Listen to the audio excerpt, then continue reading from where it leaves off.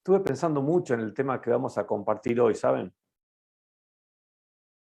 No sé si vieron el título, es medio raro capaz que para un título de un culto de oración, ¿no? Porque le pusimos por título Resistencia.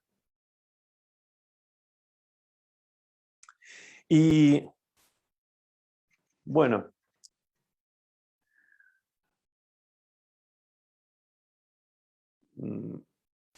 no sé si crees que esto que tengo en mis manos puede ser algo que sea capaz de hacer resistencia. Bueno, dobla pero no se rompe, no se quiebra. Un poco de resistencia hace. No sé si aguantará que le haga más fuerza. No, no, no, no, no, no, no, no, no, no, no, no resistió, no. Pensé que iba a aguantar un poquito más, pero no, no resistió. Bueno, vamos a seguir haciendo prueba de resistencia, ¿está bien? Ahora vamos a probar con este otro. No sé si ustedes calculan que va a resistir o no va a resistir. Vamos a empezar a hacerle un poco de presión, como hicimos recién. ¡Apa! ¡Apa! Acá tengo un problema, me está haciendo resistencia.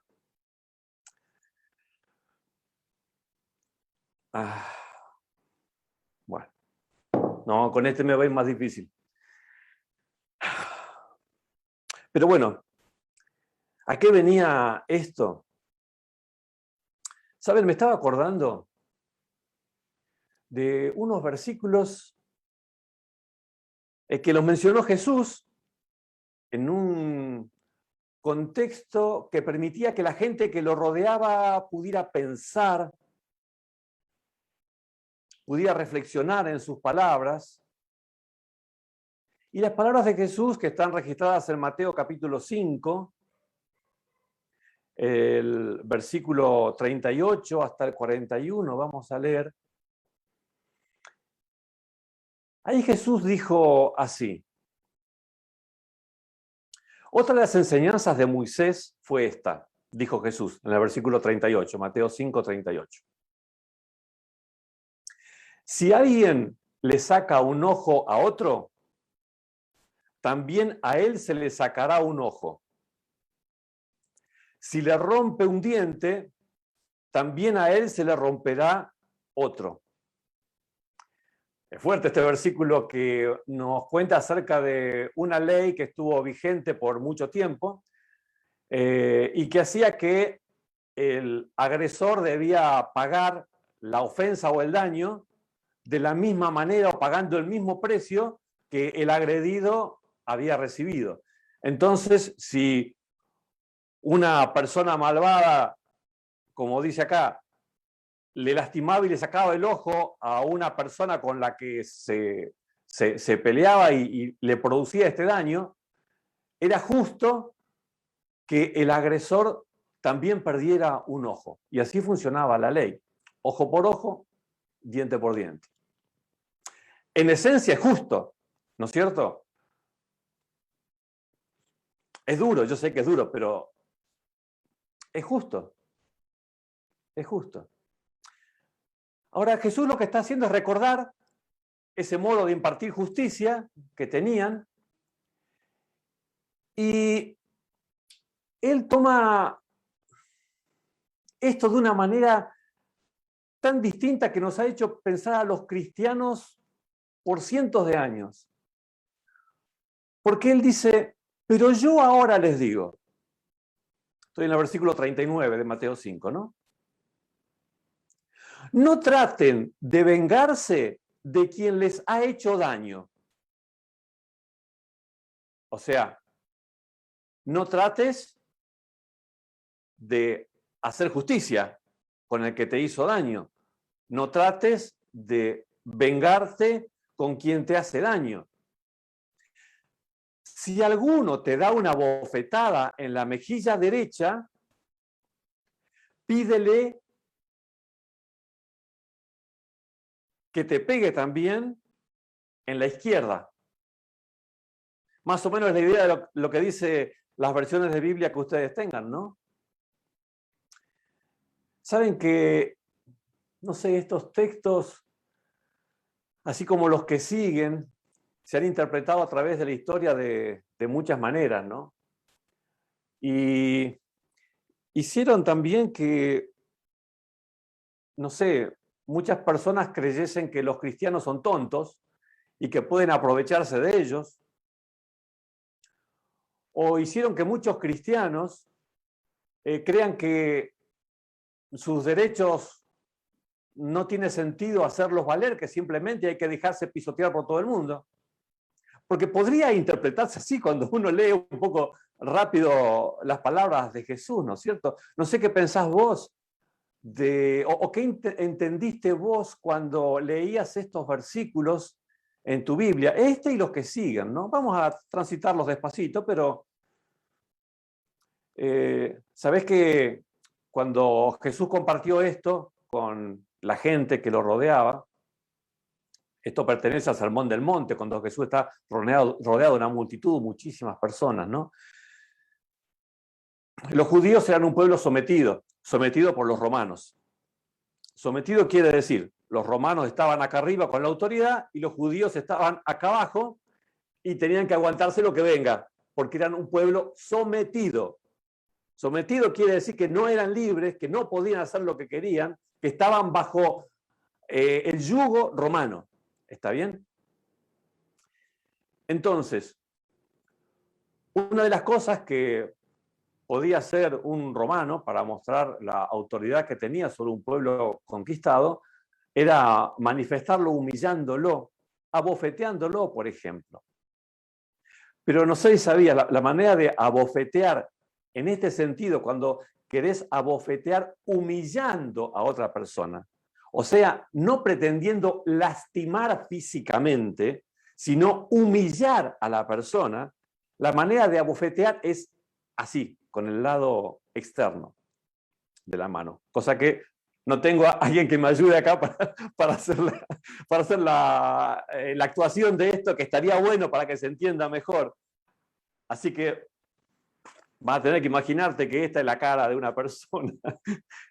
Y entonces, lo que Jesús está contando es que si te abofetean, ¿no es cierto?, de este lado, ese abofetear con el que te quieren humillar, con el que te humillan, por eso te pegan de esta manera, él dice, no, ofrecele para que te pegue del otro lado, de este lado.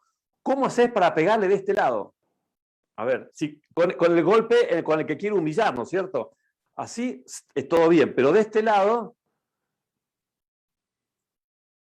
es raro, o sea, es como que no te puedo dar un cachetazo así de este lado, no ese. El que sí te puedo dar es un cachetazo así de frente, ¿no? Ese cachetazo así, sí. Bueno, ese segundo tipo de cachetazo, el que es así, con la mano abierta contra la cara, es el tipo de cachetazos que se daba no para humillar, sino entre iguales.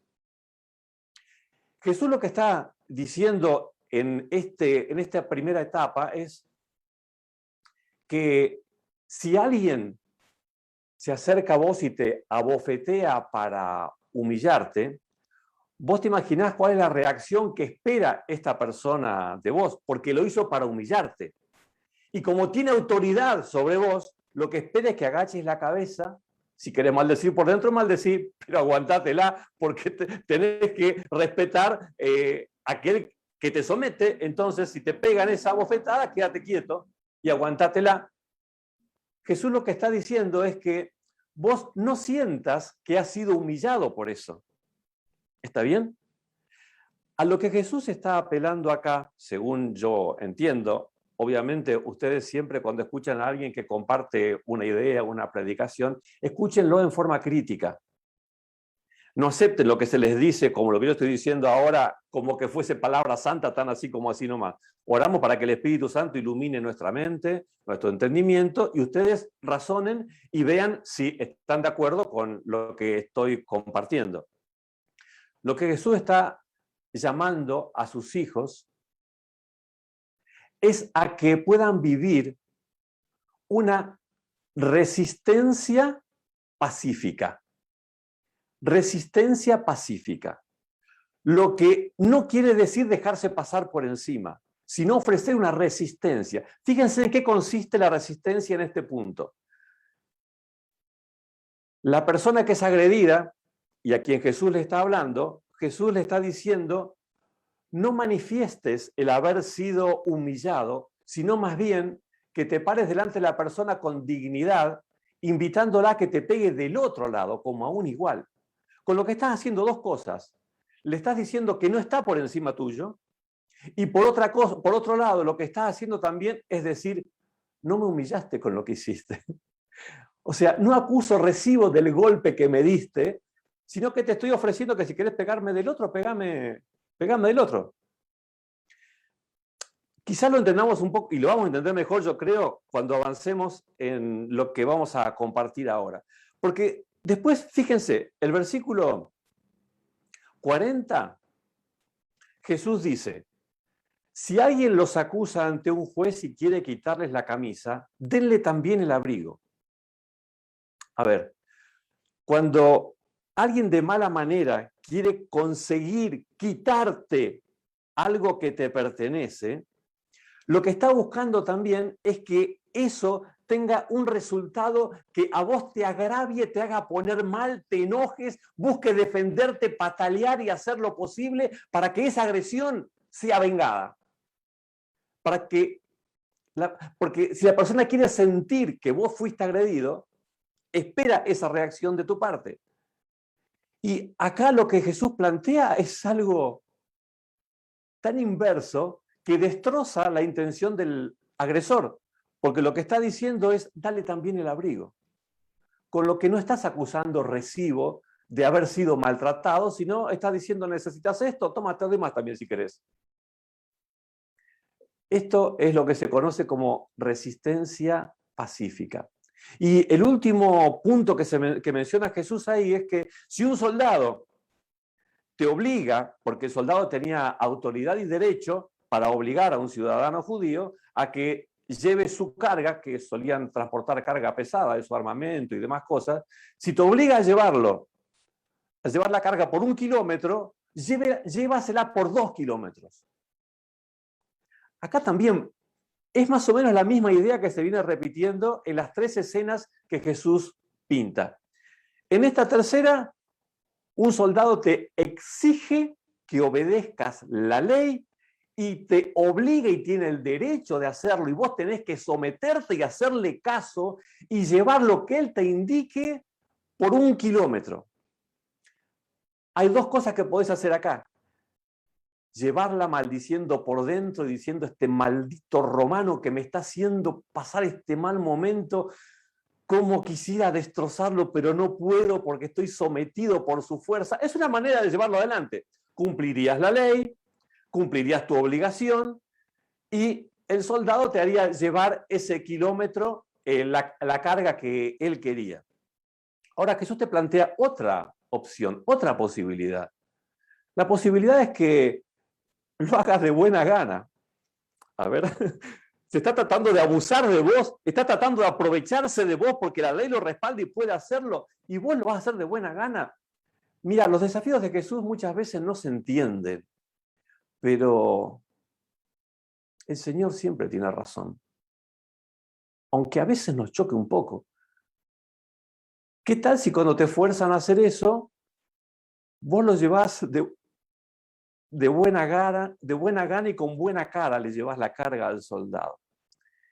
Inclusive cuando terminaste de llevar lo que la ley te obliga y que él te obliga a que vos cumplas, vos decís, amigo, vamos 1 kilómetro más. Y lo acompañás durante 1 kilómetro más. ¿Te das cuenta del ruido que le estás haciendo en la cabeza al que se quiso aprovechar de vos y finalmente resulta que no se aprovechó de vos porque vos no manifestaste acusar recibo de una agresión de su parte o de que se haya aprovechado de vos, sino que me pediste 1, te doy 2, no hay problema. Vamos a seguir transitando un poco esta idea que estoy compartiendo. Y está apuntando un poco también a que no creamos nosotros que los cristianos tenemos que ser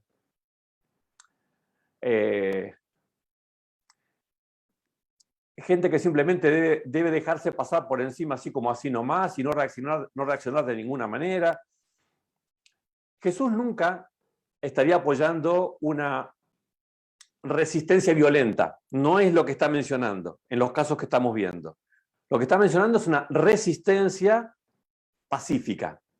Es distinta, pero no menos eficiente y no menos fuerte. ¿Te gustaría ver a Jesús ejemplificando lo que en sus palabras estuvo pintando en el Sermón del Monte? Acompáñame a leer lo que dice Juan 18. Ahí vamos a encontrar un caso extremo en el que es ahora Jesús quien está vivenciando la resistencia pacífica, no pasiva, pacífica. Resistencia activa, pero pacífica. Observa cómo Jesús aplica, bajándolo a su realidad, a su vivencia, lo que había enseñado en el Sermón del Monte.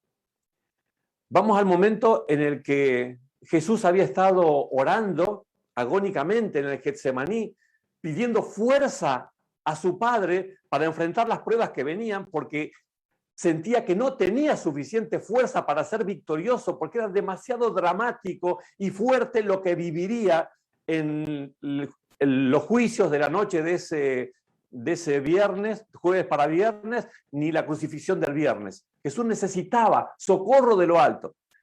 Después de que termina esa lucha y es fortalecido por Dios, ocurre lo que dice el versículo 3 del capítulo 18 de Juan. Dice que, así que Judas llegó al huerto a la cabeza de un destacamento de soldados, guardias de los jefes de los sacerdotes y de los fariseos. Llevaban antorchas, lámparas y armas. Acá vemos quien viene a pegar el primer cachetazo, ¿no es cierto? Que viene un traidor, alguien que en los años anteriores se comportó como amigo de Jesús y que acá viene con un grupo de personas que vienen decididas a cumplir el objetivo de atrapar a Jesús y destrozarlo, destruirlo. Y entonces dice el versículo 4, que Jesús, que sabía todo lo que iba a suceder, tenía clarísimo cómo se desarrollarían los hechos de ahí en adelante, les salió al encuentro. ¿Te das cuenta? Él sabía lo que iba a pasar. Sabía que esta gente venía para capturarlo y matarlo. No sé si vos harías lo que hizo Jesús. A mí me saldría más naturalmente cuando los veo venir, así con las antorchas, veo que están viniendo y sé para qué vienen. No sé vos, pero yo creo que sé lo que yo haría. Yo creo que claramente desaparecería. Al menos intentaría una defensa. Pero observá vos la actitud de Jesús, cómo está poniendo en obra en su vida lo que quiso enseñar en la otra oportunidad. Dice que Jesús les salió al encuentro. ¿A quién buscan?, les preguntó Jesús. Se está metiendo en la boca del lobo. Está enfrentando él, que es a quien vienen a buscar, y les dice a quién buscan. Ya está, acá se termina todo.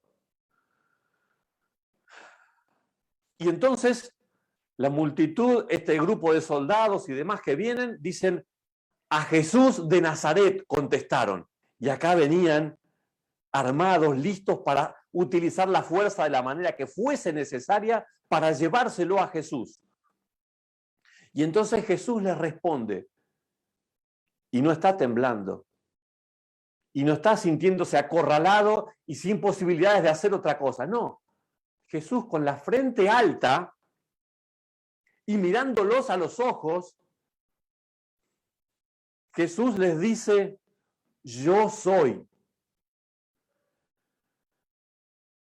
Judas, el traidor, continúa diciendo, estaba con ellos.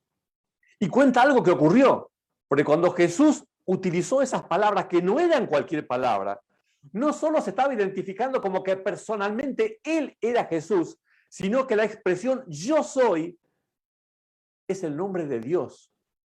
Por eso nos dice el versículo 6 que cuando Jesús le dijo yo soy, cuando usó para sí el nombre de Dios, Jesús, dice que toda esta gente que venía para llevarse lo puesto, dio un paso para atrás, dio pasos para atrás y se desplomaron, cayeron como desmayados. Yo te quiero preguntar acá, en este punto de la historia, quien estuviese observando esto, está claro quién tiene, o estaba claro hasta este momento, quién parecía que ganaría el duelo. Obvio, todas estas personas armadas que venían para llevárselo puesto a Jesús. Jesús era uno solo, ¿qué podía hacer para enfrentar a toda esta gente? Sin embargo, cuando vos ves que el encuentro empieza a llevarse adelante, parece que el que está manejando la cosa no pinta que sean los militares, no pintan que fuesen los líderes que estaban viniendo, los sacerdotes y demás. Claramente quien está manejando la situación, ¿te das cuenta? Quien está manejando la situación, ese problema, es Jesús. Y cuando utiliza esa palabra y caen todos como desmayados, si Jesús quisiera liberarse de esta situación, era la segunda oportunidad que tenía. Antes de que vengan pudo escaparse, no lo hizo. Después que los enfrenta y se identifica como aquel a quien ellos están buscando, ahora caen todos como desmayados, porque ante su expresión de yo soy, su divinidad se trasluce. Y su autoridad divina, ese porte divino que tenía Jesús, hizo que en esa noche todos estos que habían venido para llevárselo cayesen desmayados como muertos. El versículo 6 dice que, perdón, el 7 dice que vuelve a decirles como para reanimarlos a estos que estaban ahí en el piso, les habla a estos que están en el piso y Jesús les dice, ¿a quién buscan? Volvió a preguntarles como, es Jesús los está invitando a que le den la otra cachetada, los están invitando a que cumplan lo que vinieron a hacer. ¿Te das cuenta que Jesús no está siendo llevado por la fuerza? A Jesús no se lo están llevando puesto. Jesús voluntariamente está permitiendo que ocurra lo que a continuación sucederá. Y todo lo que ocurrió desde ese momento hasta que entregó su vida en la cruz, contó con la voluntad, con la aceptación de Jesús. Dice que cuando volvió a preguntarles esto a Jesús, ellos volvieron a decirle, versículo 7, a Jesús de Nazaret respondieron. Yo los veo bastante aferrados ahí porque estaban frente a una situación sobrenatural que hacía que se sientan indefensos frente a Jesús, pero Él les dijo, yo soy. Si es a mí a quien buscan, dejen a estos que se vayan.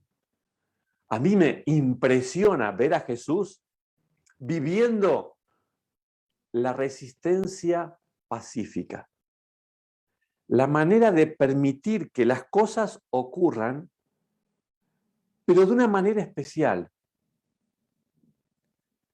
Jesús quería que esto ocurra.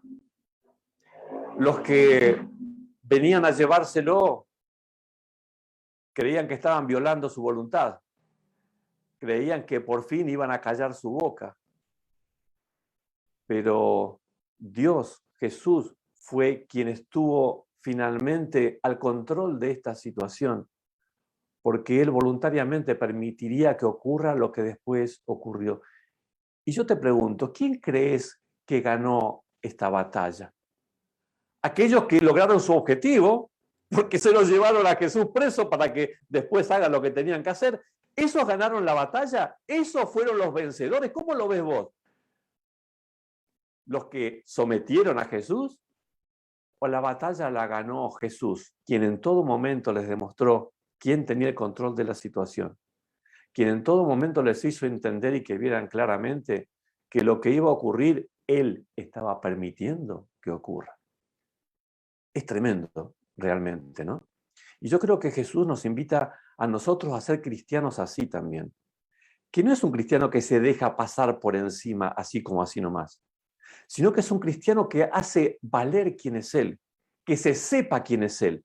Y si va a ocurrir lo que va a ocurrir, que se sepa las cosas como están ocurriendo. En este caso, lo que ocurrió claramente por voluntad de Dios. Y algo que es fundamental en todo este tipo de situaciones, porque te digo, a vos y a mí nunca nos saldría esto.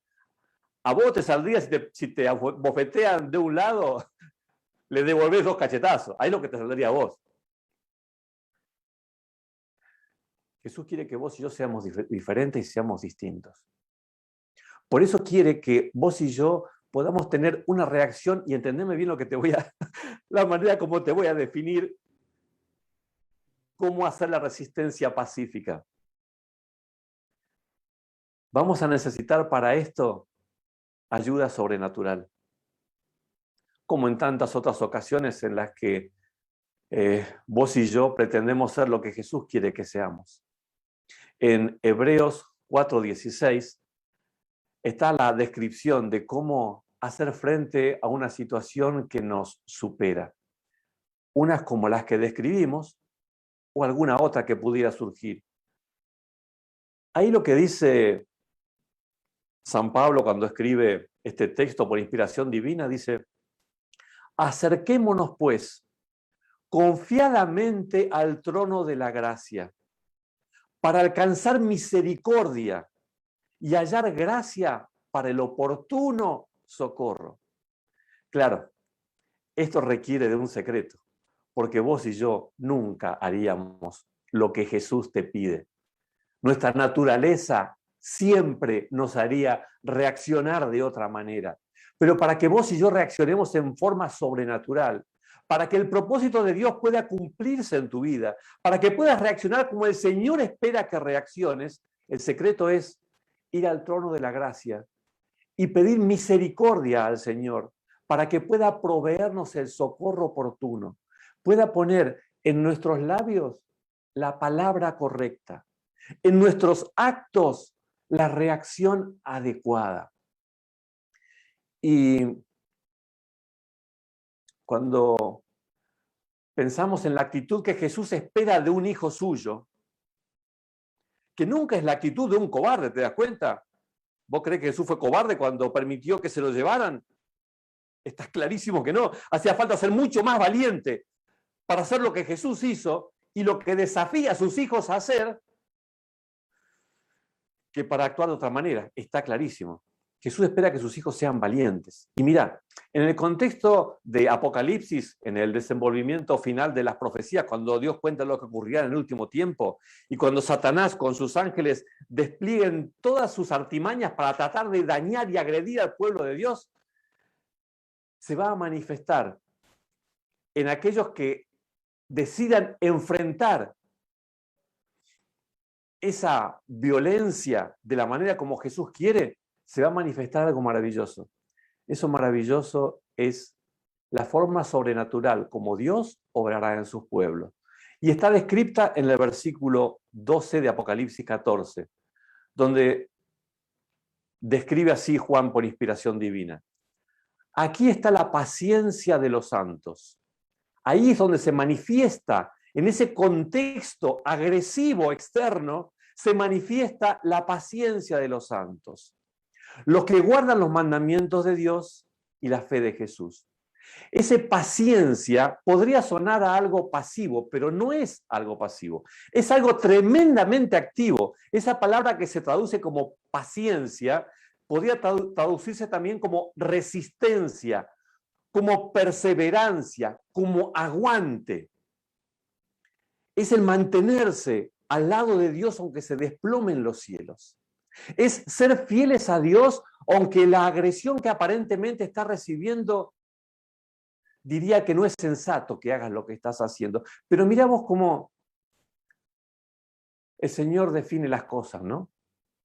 Un versículo solamente te voy a agregar ahora. Y con este versículo vamos a estar cerrando. Son 2 en realidad, que están en Romanos capítulo 12. Me estoy riendo porque sé lo que dicen esos versículos. Y, ¿sabes? Te estoy dando tiempo para que los busques también, para que los tengas presentes. Y, ¿sabes? Estos 2 versículos que vamos a leer son el secreto para destruir enemigos.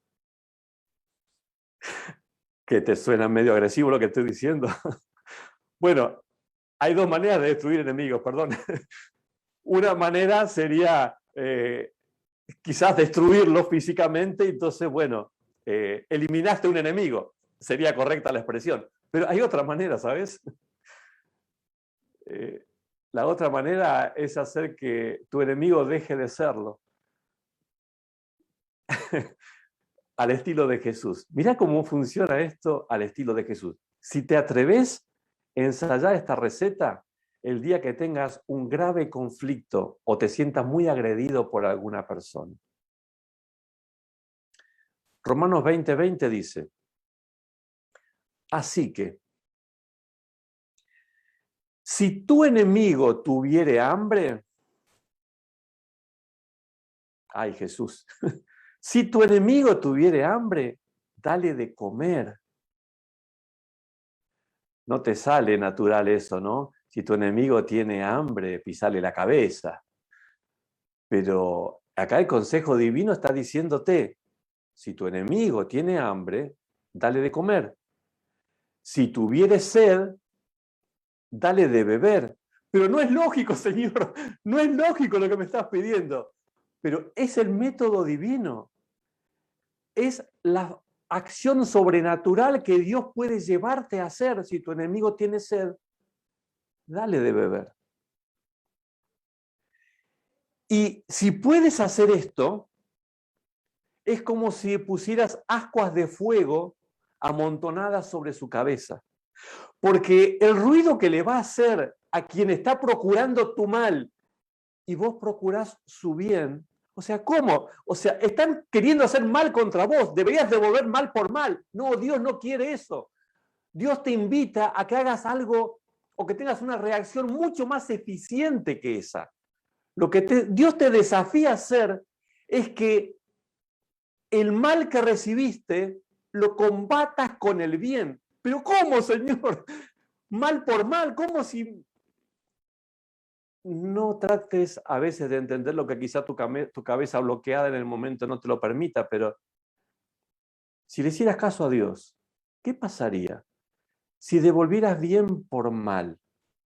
No te puedo explicar el ruido que le haces en la cabeza al agresor, que pretende lastimarte, pretende que te enojes, y vos en vez de enojarte, cuando lo ves a él en problemas, lo socorres, le das alimento cuando está en un mal momento y le socorres en sus necesidades cuando las tienen. Mira, el versículo 21 dice, no seas vencido por lo malo, sino vence con el bien al mal. No nos dejemos llevar por el enemigo, que busca arrastrarnos, llevándonos a enredarnos con nuestras pasiones en luchas y conflictos inútiles. Más bien, tratemos de llevar adelante el desafío de Jesús. Por lo tanto, cuando yo te estoy usando estas palabras, ya sé que estoy usando algo que te queda grande, a vos y a mí. Lo tengo claro. Estamos hablando de algo que nosotros no somos capaces de hacer. Por eso es que el desafío es a que pidamos socorro oportuno, para que Dios pueda darnos a nosotros esa sabiduría y esa reacción que Jesús tendría. Vos y yo no creo.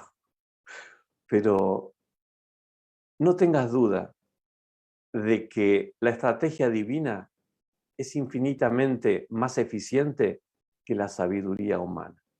Nunca te olvides, no seas vencido por lo malo, no te dejes llevar por las agresiones o las pasiones de la vida. No seas vencido por lo malo, sino vence con el bien al mal. ¿Te lo hago gráfico? Jesús está diciendo esto. Está visto que no aguantaba mucho, ¿no? Esto como vos y yo queriendo hacer resistencia, no aguantamos mucho, ¿no? Resistencia de ningún tipo, a vos y a mí nos sale muy bien. Pero lo que Dios está diciendo que sabe que vos y yo somos personas débiles. Cuando Dios te desafía a que puedas vivir una resistencia pacífica, una vida al estilo de Jesús, lo que Él te está desafiando a hacer no es enfrentarte solo. Lo que Él está ofreciéndote a hacer es conmigo. Que tu enemigo se deshaga por tratar de quebrarte y de partirte. No va a poder, no por tu fortaleza, sino por la de Él. No va a poder.